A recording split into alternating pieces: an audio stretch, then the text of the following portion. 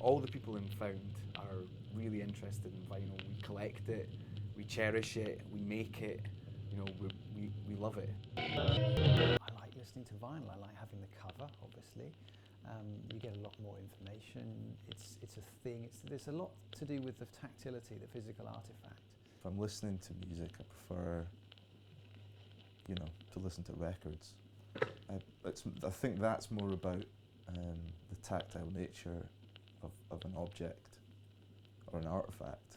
And you can look at a piece of vinyl and you can see the sound scratched into the plastic, right? What could be more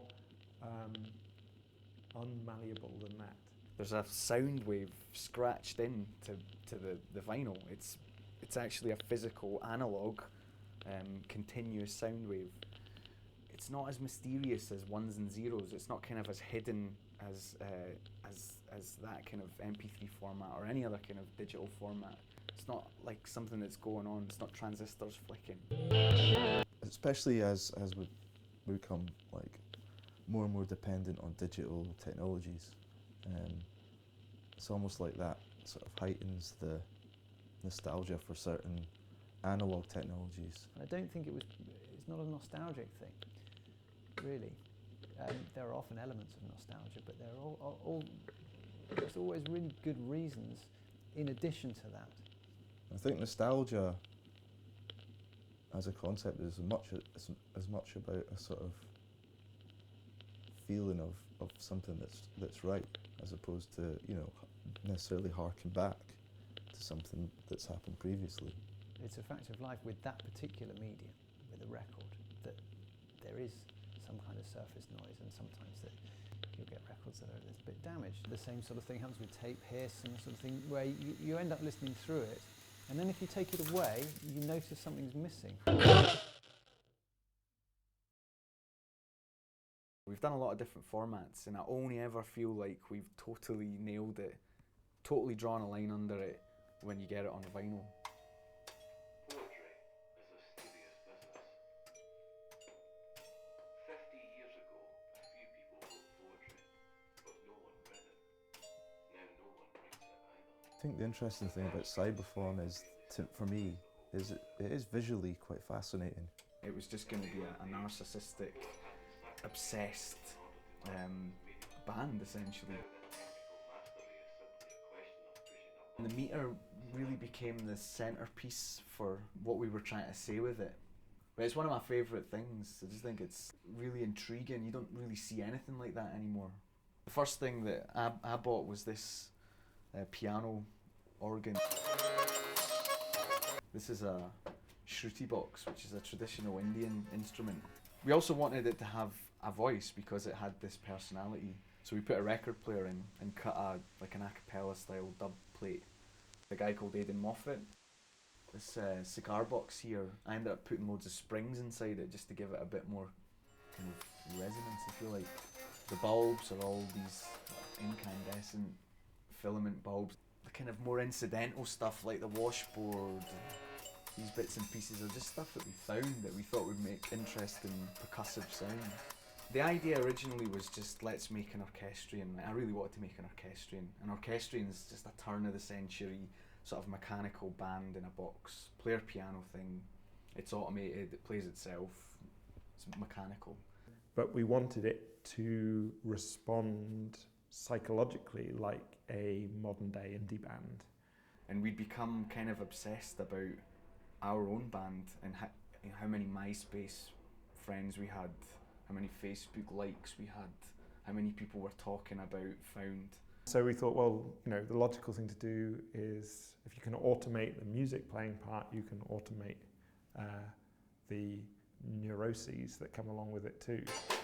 Down the bottom we've got, it says powered by Facebook, Flickr, Google, MySpace, Twitter, Vimeo, WordPress and YouTube. You can work out what emotional state you're in from checking these website statistics and so on. So you track that number, and if it's going up, then Cyberphone's happy. If the number is going up slower, then Cyberphone might not be as happy. So if Cyberphone's feeling Rapture, it will tweet that it is, and then you get this kind of feedback thing where people start talking and saying, "Oh, great Cyberphone, I'm glad you're happy." But of course, because they've mentioned it, it gets happier. So now you've got an emotional state, and then Cyberphone says, right, I'm going to play this track because this is how I'm feeling today.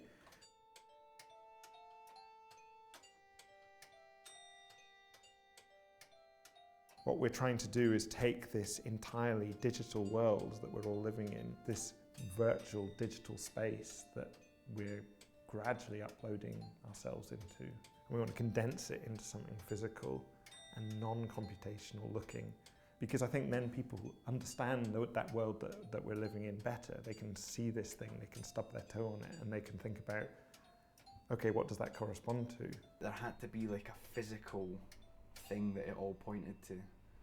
There had to be a warm physical piece that people would feel some kind of affection for, and I think that's why Cyberphone got the interest that it did.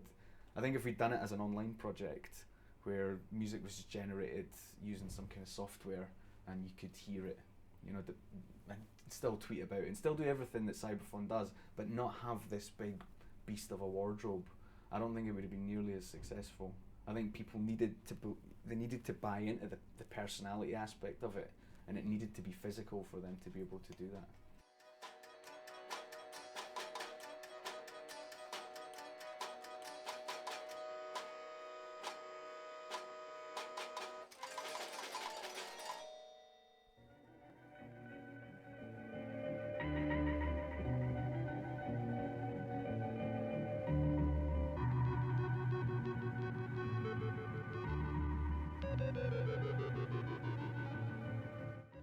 The Auramix machine is a fascinating device. I'm sure you're aware that Daphne Oram was the first director of the Radiophonic Workshop.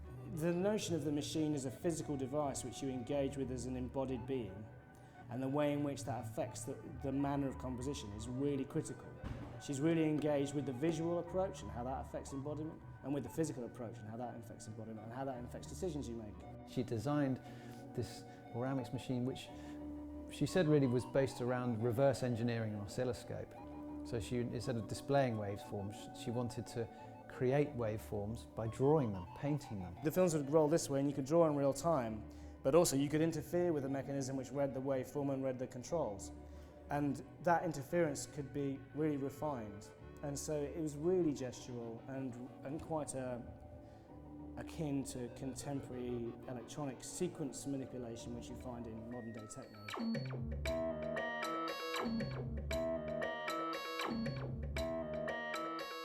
This is the first night of our Pioneers of Electronic Music Festival. I think it's really nice that firstly that we've been focusing on Daphne Oram for this night, because she's one of the kind of British electronic pioneers who's been most celebrated, certainly in recent years, has been really rediscovered and kind of redefined as this British electronic music icon, to an extent a feminist British electronic music icon.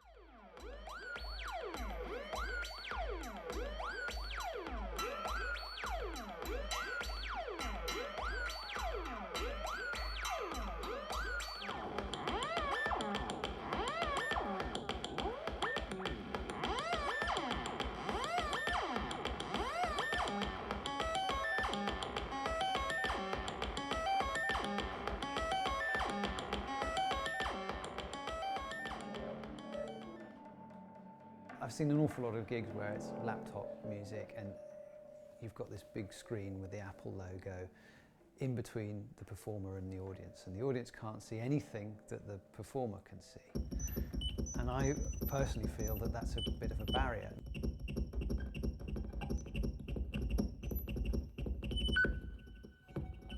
What helped tonight was that a lot of the performers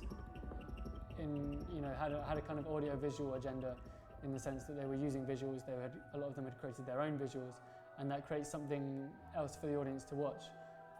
Because outside of an academic context where people don't know about your working processes, it's very important for them to have something to latch onto in terms of watching you perform. And if you're just sat behind a laptop, whatever it may be that you're doing on the screen on your laptop, there's clearly a barrier of understanding that can be that can be breached, arguably, by having visuals going on. Well, there is a lot that's been forgotten because electronic music and the people that make it are often always involved with finding the next level of technology and the next use. We should be able to make a really interesting connection between the best of both worlds to see where this combination between digital and analog can go, which really gets away from this whole idea of nostalgia. It's about what works, what's useful, what sounds good.